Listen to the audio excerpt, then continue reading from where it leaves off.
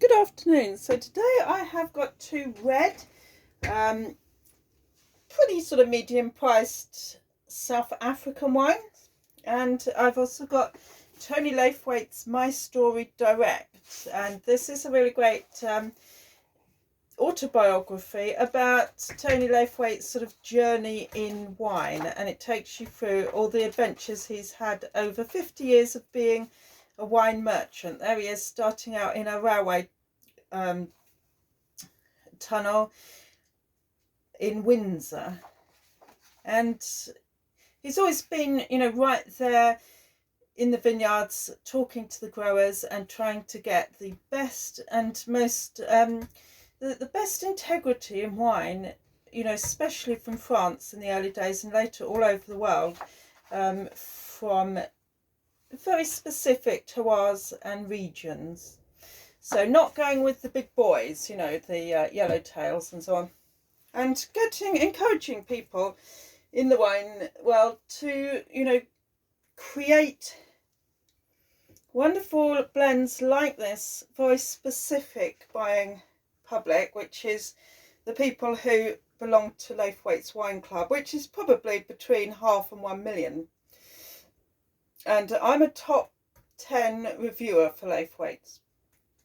So I'm going to try this one, which I actually bought in the local spa here, and it's called Zalze Shiraz Grenache Viognier. Now that's pretty much like a Rhône blend, but if we took the Grenache out, we've got Shiraz Viognier, and the one place that does that in the world is Northern Rhône with Hermitage. And the interesting thing is that the Viognier is a white grape. So instead of having a red grape, right, making a white wine, here we've got a white grape, Viognier, making a red wine. And I've got two different shape glasses. I'm finding that the round shape and the more triangulated universal shape are giving me quite different nuances in the wine. So there we are, Z for Zalze. Now the interesting thing about this is it's 2015, so I've kept it for a while. Let's see how it's performing. Just a tiny little bit for the taste.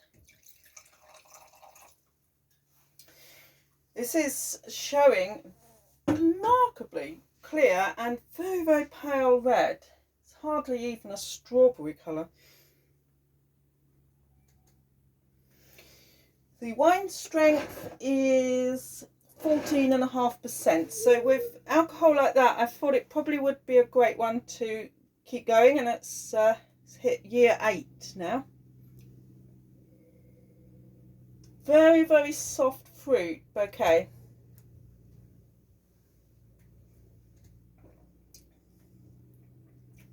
Or really big spicy pepper kick. It's like being kicked by a mule, in fact. Not, of course, that I have a habit of being kicked by a mule. I've just popped some oat cakes here. They're ideal, for when you're wine tasting. Just a little bit of sustenance in there. Well, in this particular one, this glass acts like a funnel, so it's really throwing all of the aromas up into your nose. Oh, I'm getting a whole load of Black Forest Gatto, rhinoceros droppings,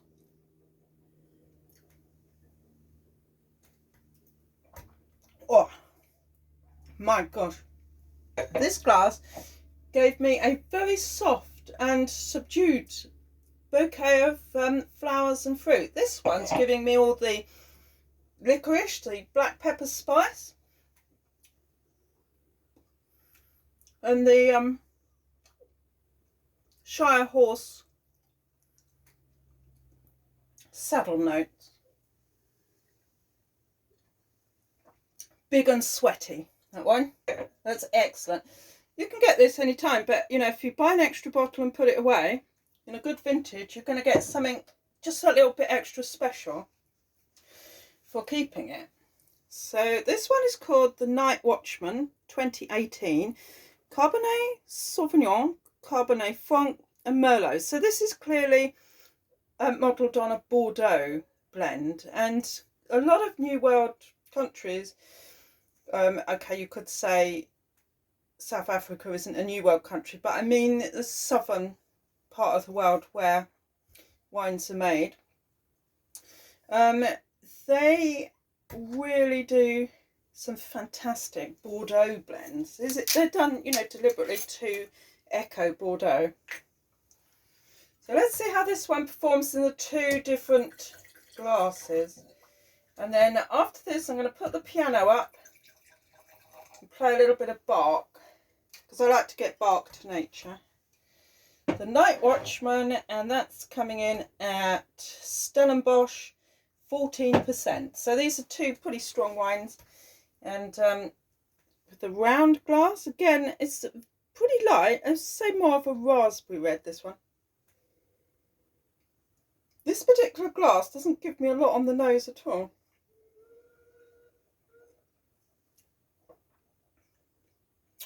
Incredibly mellow, really, really well balanced. Wow.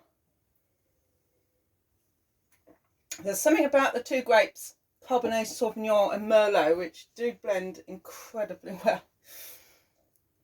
So the two blends here with the Shiraz Grenache Viognier, we've got 6 different grapes going on there, and this is more based on Northern Rhône. This is Bordeaux. Very, very similar aroma, so, you know, rhinoceros droppings, old camera box.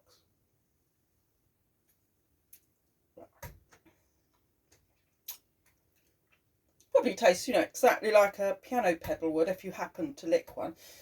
Personally, I never go down there, actually.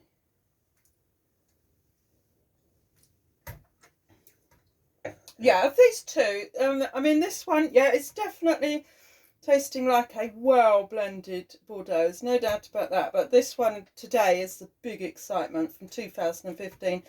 You can get this in lots of shops, you know, Waitrose, Co-op, Spa. It's probably about £8 to £10. Well worth it. South Africa. You almost expect a lion to be, you know, under the tree. Fantastic red wines. If you want to try something new, highly recommend them. Can't go wrong. If you like a big blend, there's a lot of muscle in there.